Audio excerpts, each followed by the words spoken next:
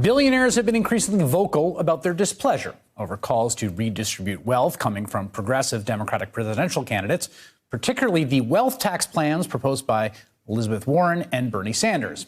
And now it looks like one of them plans to do something about it. A longtime advisor to Michael Bloomberg confirming to NBC News that the former New York mayor is positioning himself to enter the Democratic Party primary, as first reported by the New York Times. Bloomberg is expected to file paperwork this week for the primary in Alabama, which is an early filing deadline. I'm joined now by Alexis Goldstein, senior policy analyst at Americans for Financial Reform, a contributor to Truthout. Also with me, John Harwood, editor-at-large for CNBC, a host of the CNBC digital video series Speak Easy with John Harwood. It's funny, John, when we conceived of the segment this morning, we were going to talk about sort of the billionaires versus Warren and Sanders. And there's been a bunch of them, and Bill Gates has some quotes, and someone cried on CNBC about how unfairly he felt he was being treated. But now we have one just, coming forward to basically run on the agenda, which is, you guys are nuts. We want to keep our money and some other stuff. What do you think about Bloomberg's entrance?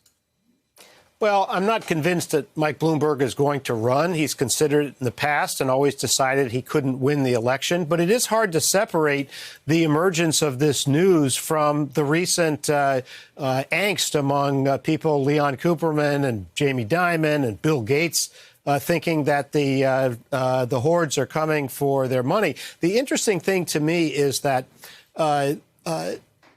there's serious tax hikes on the table right now from Bernie Sanders and Elizabeth Warren.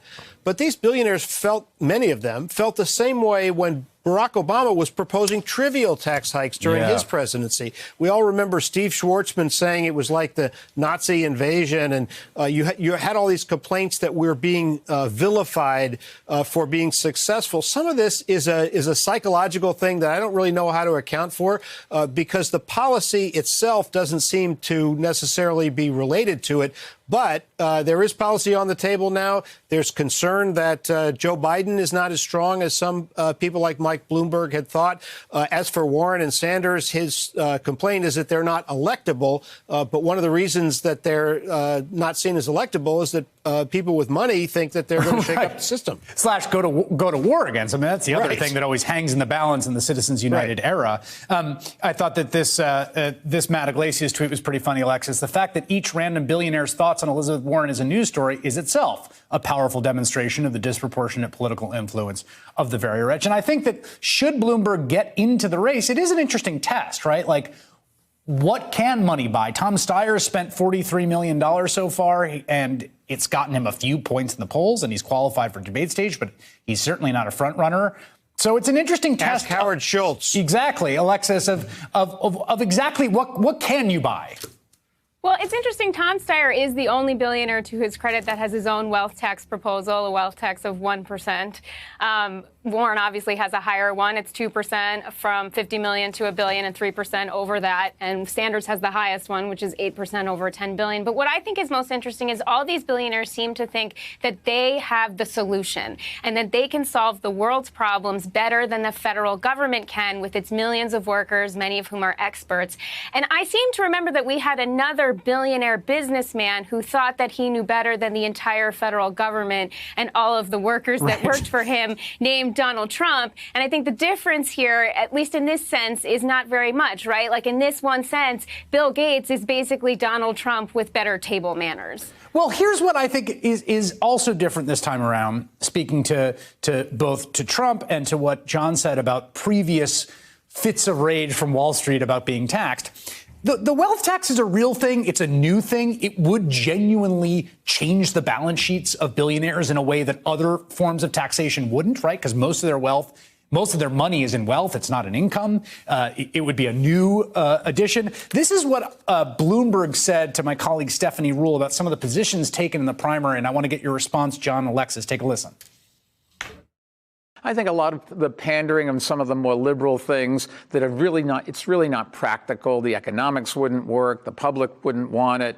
But in order to get through a primary, a Democratic primary or a Republican primary, candidates take positions that are more extreme than what the public wants. The public does not want revolutionary change. It wants evolutionary change. Now, that's a defensible argument on the merits, John, but one thing I find so interesting is how well the wealth tax specifically polls. There's lots of things in the Democratic agenda that poll poorly, but that one really does poll well. It does poll well, and in general, raising taxes on wealthy people, on people with incomes over 250 or 400,000, polls very well.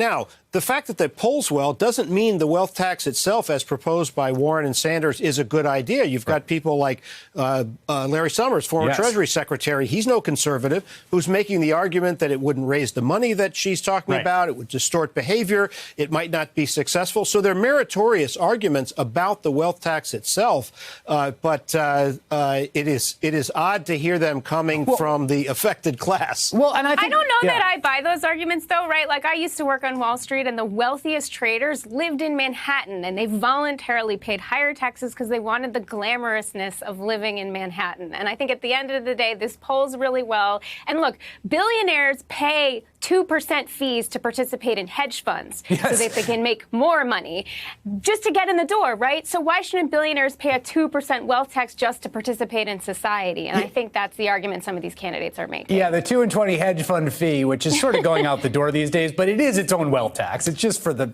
hedge fund It's just traders. for the very, very rich people. Alexis Goldstein and John Harwood, thank you both for being with me.